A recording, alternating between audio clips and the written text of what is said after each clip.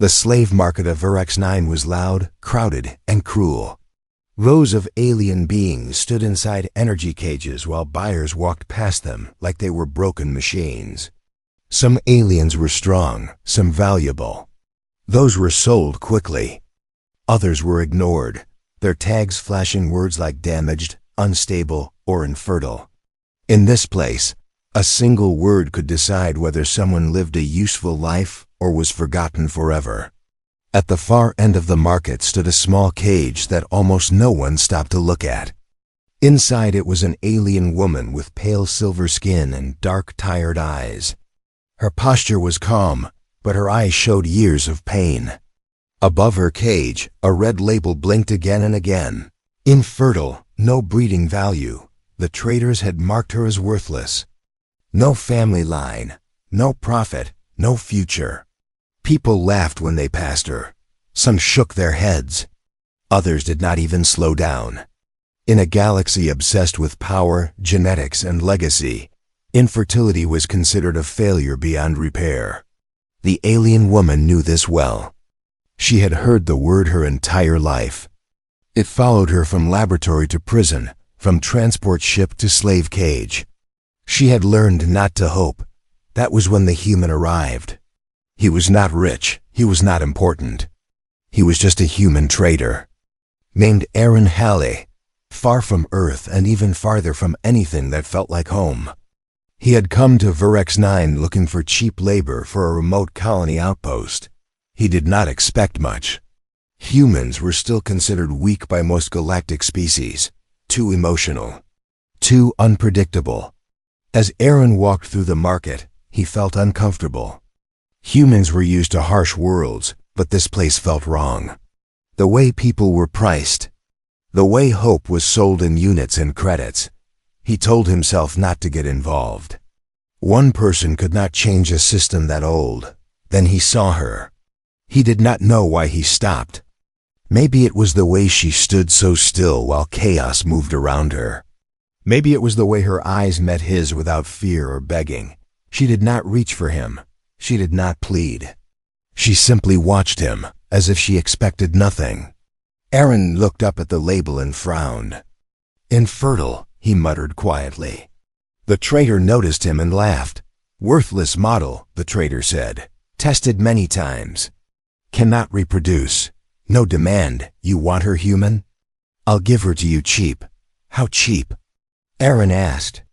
The trader smirked. 1 credit. Aaron blinked. 1, the trader repeated. She takes space, food, air, not worth more. Around them, a few buyers chuckled. A human buying an infertile alien was a joke. Aaron felt their eyes on him, waiting to see if he would walk away like everyone else. He looked back at the alien woman. For the first time, something changed in her expression. Not hope, not fear, just confusion. No one had ever stopped this long. What's your name? Aaron asked her. She hesitated, then spoke softly in broken Galactic common. Lyra, Aaron nodded. Do you want to come with me? The trader laughed again. Don't bother asking her. She's property. Aaron took out his credit chip and placed it on the counter. 1 credit, he said calmly. I'll take her. The trader froze for a second, then quickly grabbed the chip. Deal, he said before the human could change his mind. The cage deactivated with a sharp hiss. Lyra stepped out slowly. Her legs felt weak, not from injury, but from disbelief. She expected chains, orders, conditions. Instead, Aaron handed her a simple coat. You're free, he said. You don't owe me anything. The words hit her harder than any weapon. Free. No one had ever said that to her before. Around them, the laughter faded into whispers. Buyers stared, traders frowned. A few aliens watched with open suspicion. As Aaron and Lyra walked away, someone shouted, You wasted your credit, human. She will give you nothing. Aaron did not turn back. That's fine, he replied. I wasn't buying her for profit. Lyra followed him in silence, her mind racing. She had been called useless her entire life. Infertile, broken. And yet, For the price of 1 credit, a human had chosen her. Neither of them knew it yet. But that small, quiet decision had just set something into motion. Something the galaxy was not ready for. The ship moved quietly through space as stars passed like silent witnesses. Aaron sat at the control seat while Lyra remained near the back holding the coat he had given her. She did not speak, and neither did he. The silence was heavy but not uncomfortable. It was the kind of silence that followed a life-changing moment. Neither of them yet understood. Lyra watched everything carefully. She expected orders or rules or conditions. Humans were not known for kindness in the wider galaxy. They were known for chaos and emotion. Still, Aaron did not treat her like cargo. He asked her if she was hungry. He asked if she needed rest. He asked nothing in return. Each question confused her more than the last. When the ship reached its destination, a small quiet outpost on the edge of human space, Lyra prepared herself for disappointment. She believed kindness was temporary and freedom was an illusion learned from pain. Aaron led her to simple living quarters. With a bed, clean water, and warm light, he told her she could stay as long as she wanted. Then he left the room without locking the door. That night Lyra did not sleep. She waited for guards that never came. She waited for demands that never arrived. Her mind replayed memories of cold rooms, sharp tools, and voices that called her a failure. She had been tested again and again by her own kind. They searched for value inside her body, and when they found none, they discarded her. She learned to survive. By becoming invisible, days passed and life did not change. Aaron worked repairing equipment and managing supply routes. Lyra helped where she could. She cleaned, prepared food, and slowly learned human routines. Aaron never watched her closely, never questioned her past, never asked for gratitude. That made her more uneasy than cruelty. Kindness without expectation felt dangerous. One evening while they shared a meal, Lyra finally spoke about her past. She explained how her species valued genetic perfection above all else. Those who could not reproduce were considered a burden. She was sent to research facilities, then labor camps, then sold. Her voice was calm, but the pain was still there, hidden beneath years of silence. Aaron listened without interruption. He did not look away when she finished. He only said that humans were different. On Earth, value was not measured by what someone could produce, but by who they chose to be. Lyra did not fully believe him, but she wanted to. As weeks passed, something strange began to happen. Lyra felt changes in her body. Subtle at first: warmth where there had always been emptiness, energy where there had been numbness. She dismissed it as stress or imagination. Alien biology was clear on one thing: her condition was permanent. There were no exceptions, but the changes continued. She felt stronger, more alert. She began dreaming, something she had not done since childhood. Dreams of light and sound and connection. She did not tell Aaron at first. Fear returned. If the humans discovered she was changing, would they study her? Would they take her freedom away as well? Unknown to both of them, long-range scanners from the Alien Council passed near the outpost. A faint signal registered something impossible. A genetic anomaly tied to a known infertile subject. The system flagged it for observation. Lyra stood alone one night, looking out at the stars. She placed a hand over her chest, feeling a steady, unfamiliar rhythm. For the first time in her life, she felt possibility, and that frightened her more than chains ever had. Far away, powerful minds began to take interest. The galaxy had rules, and one of them was being broken quietly on a forgotten edge of space. The life no one wanted was changing, and the universe was beginning to notice. Lyra woke before the station lights shifted to morning cycle. Her body felt different, not painful, not weak, but alert, as if something inside her had finally decided to move forward instead of remaining still. She sat on the edge of the bed, breathing slowly, trying to understand sensations she had been taught were impossible. Every medical record of her species had declared her condition permanent, unchangeable, final. Yet her body no longer obeyed that truth. She tried to ignore it during the day, helping Aaron with routine tasks, carrying equipment, and learning human systems. She noticed she did not tire as quickly. Her focus remained sharp even after long hours. Aaron noticed the change as well, though he did not comment at first. Humans were observant by nature, and he could sense when something was different. Later that evening, as they shared a quiet meal, Aaron asked if she was feeling well. His voice carried concern, not suspicion. That alone made her chest tighten. Lyra hesitated, then finally told him what she was experiencing. She expected disbelief or fear. Instead, Aaron frowned thoughtfully and suggested a medical scan. Nothing invasive, nothing forced, just information. The human medical unit confirmed the impossible. Her internal systems were reorganizing at a molecular level. Not damaged, not mutating randomly, but adapting. The machine ran the scan twice, then flagged an error. Aaron stared at the results silently. Lyra prepared herself for rejection. Aaron looked at her and said simply that sometimes science was wrong. He did not treat her like a miracle or a problem. He treated her like a person who needed time and safety. That choice mattered more than he knew. What neither of them realized was that the same data echoed across deep space. The Alien Council monitoring network had detected the anomaly. The subject, known as Lyra, previously classified as infertile, was now producing signals that contradicted centuries of biological certainty. The Council did not panic at first. They always observed before acting. Messages passed between distant systems. Scientists debated. Priests warned. Politicians calculated. Humans had always been unpredictable. But this crossed into dangerous territory. If human presence could alter alien biology, then no species was safe from change. Back on the outpost, Lyra felt watched, though she could not explain why. Her dreams became clearer, showing images of stars connecting like living veins.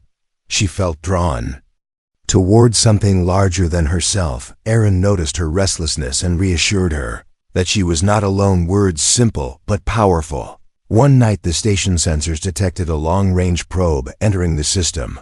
Its design was unmistakable. Alien Council origin. It did not attack, it simply watched. Aaron understood the message. They knew. Lyra stood beside him, looking at the projection. Her past had finally caught up with her. She expected anger or regret from Aaron. Instead, he said that if they wanted her, they would have to ask. That was a concept the Council had never accepted. A transmission arrived, cold and formal. The Council requested access to the subject for study and containment. They framed it as protection of galactic stability. Aaron responded with refusal, stating that Lyra was not property and not a threat. The channel went silent. That silence was more frightening than threats. Lyra understood what the Council did to anomalies. They erased them quietly. She asked Aaron why he was risking everything for her. He answered that humans believed some lines should never be crossed, and ownership of another life was one of them.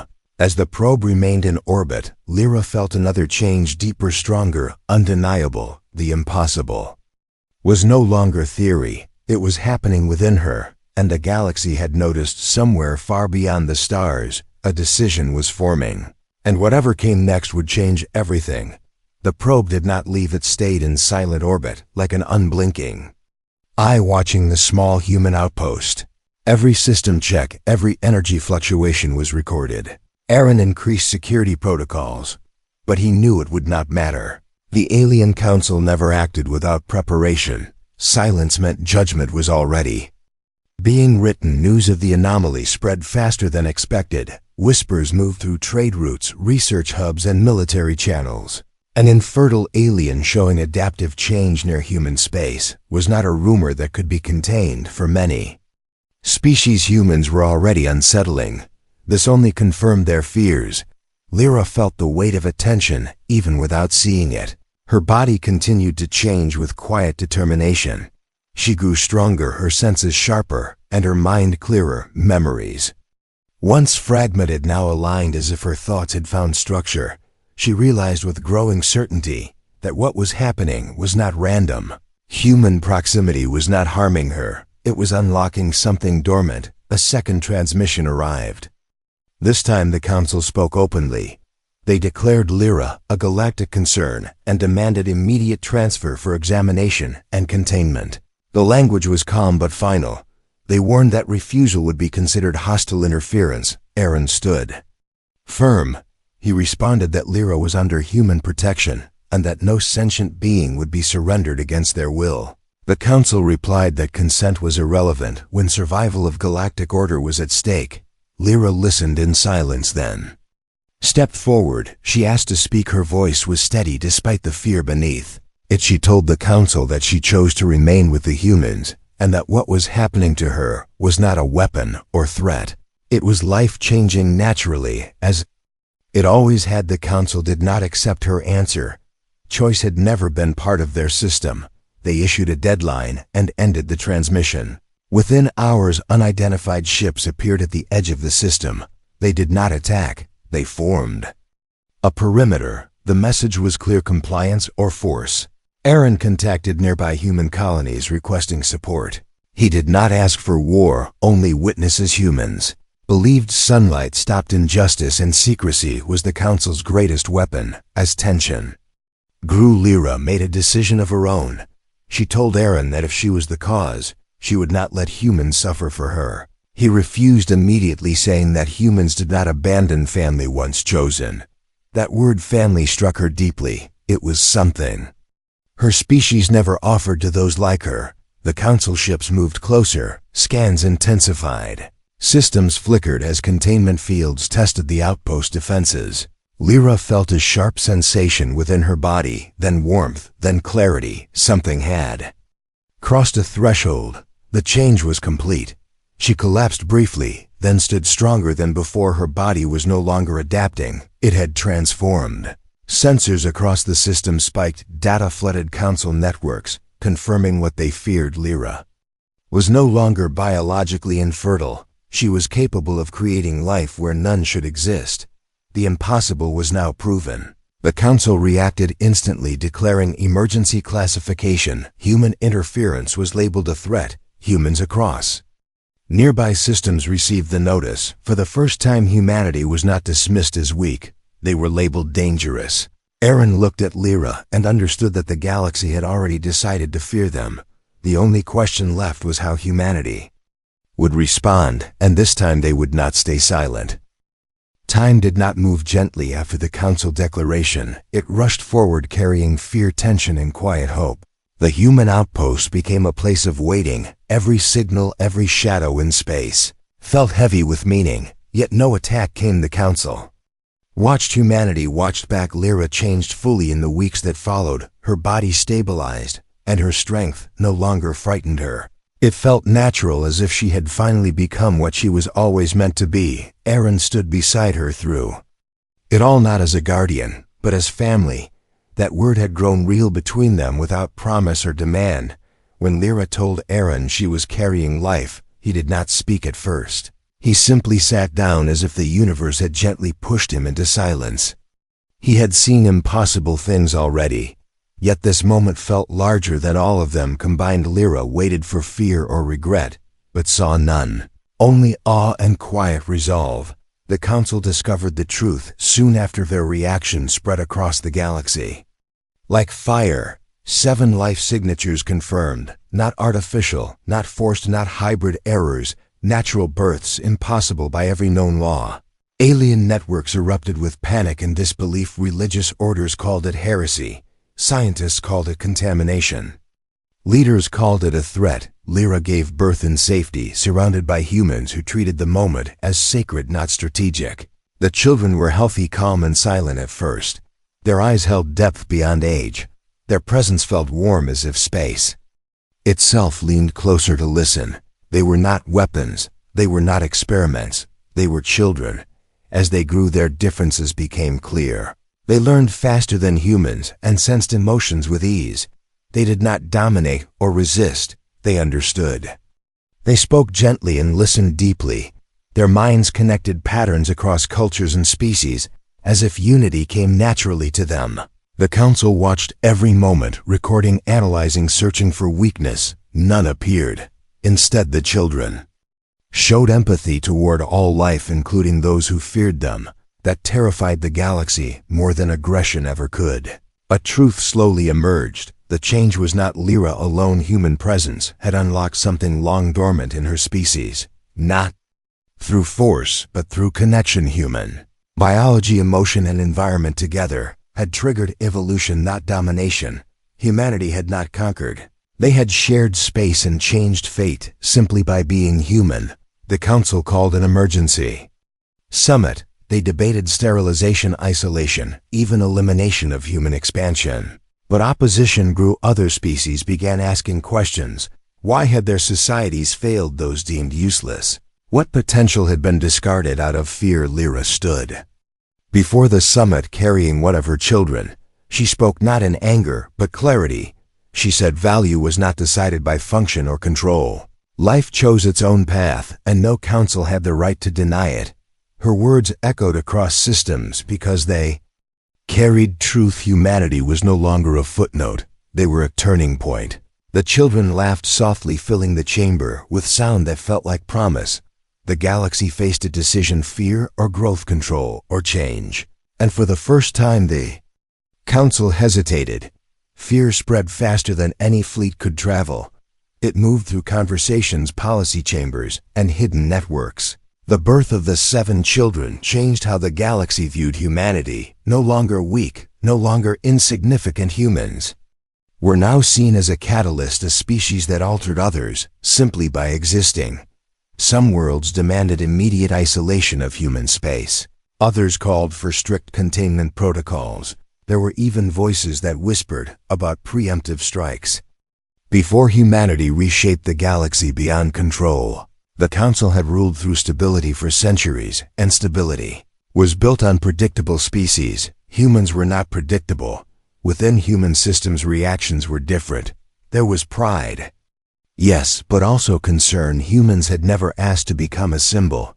They had simply lived, loved, and chosen compassion when it was easier to look away. Leaders debated how to respond while civilians followed the story of Lyra and her children with quiet hope. She had become proof that humanity mattered beyond trade or war.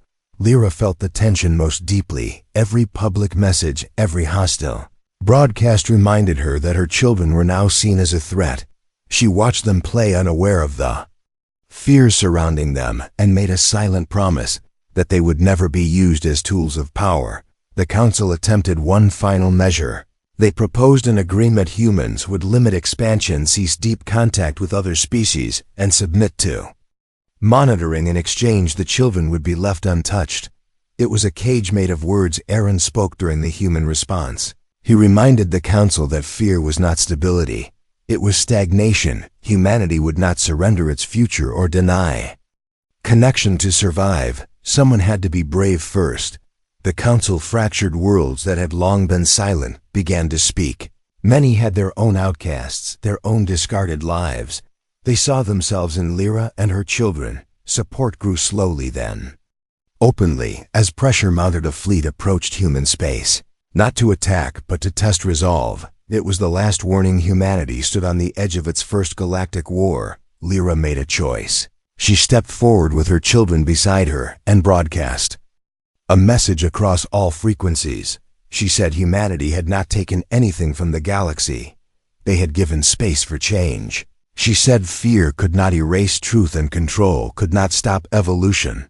The children spoke as one, their voices calm, steady, and united. They said they did not wish to rule or replace, they wished to belong. That moment shifted everything. Weapons stayed silent, commands were delayed.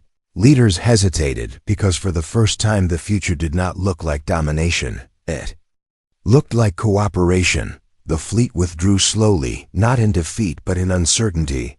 Fear remained, but it no longer ruled. Humanity had faced the galaxy and refused to become what it feared. The universe was changing, and this time it was choosing hope. The galaxy did not change in a single moment. It changed slowly, the way light spreads after a long night. The council reconvened, not in secrecy, but in open broadcast. For the first time in its history, worlds that had never been allowed a voice now listened and spoke. Humanity was no longer outside the circle. They stood at its center, not by force, but by consequence. Lyra stood beside her children as the council addressed the truth they could no longer deny.